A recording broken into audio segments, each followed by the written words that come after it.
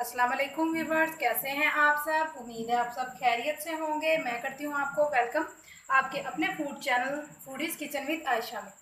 उम्मीद है आप सब घर पे होंगे क्योंकि कोविड-19 की जो है वो ज़्यादा वबा फैली हुई है। तो मैंने सोचा कि क्यों ना आपको कुछ इजी सी चीज़ें सिखाऊँ। तो एक उसमें से मेरे ज़हन में आइडिया आया कि क्यों ना ज़ीरा राइस सिखाया जाए, क्योंकि ये कम इंग्रेडिएंट्स के साथ बहुत अच्छी रेसिपी बन जाती है। तो उसके लिए जो इंग्रेडिएंट्स चाहिए वो है मेरे पास आधा किलो मैंने चावल लिए थे, जिनको आधा घंटे के लिए मैंने भिगोया था और अब मैंने इनका पानी स्ट्रेन करके इनको बाउल में डाल लिया।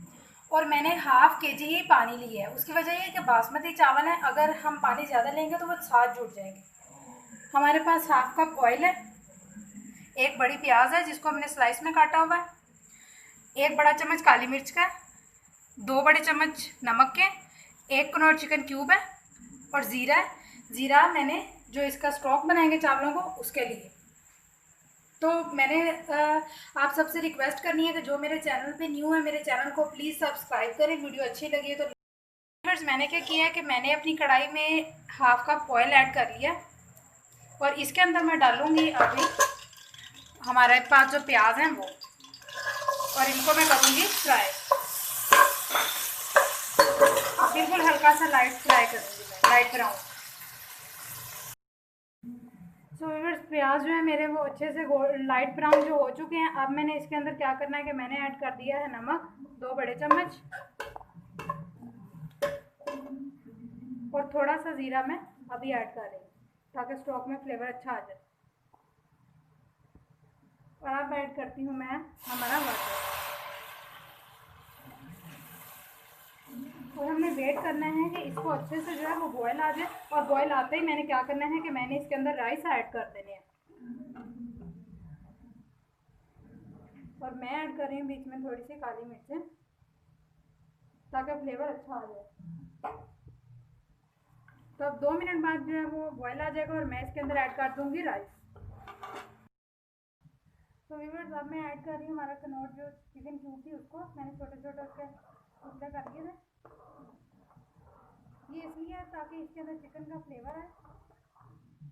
अगर आप चिकन नहीं ऐड करना चाहते तो वो ऐड कर लें। और रेसिपी भी ये है कि ये ज़ीरा राइस है, इनके अंदर आप कनौर क्यूब भी ऐड करें। अब मैं इसके अंदर ऐड करूँगी हमारे पास जो चावल है, बिस्मिल्लाहिर्रहमानिर्रहीम। अच्छी तरह से एक एक चावल जो है निकाल के हमने अपनी कढ़ाई में डाल देना है।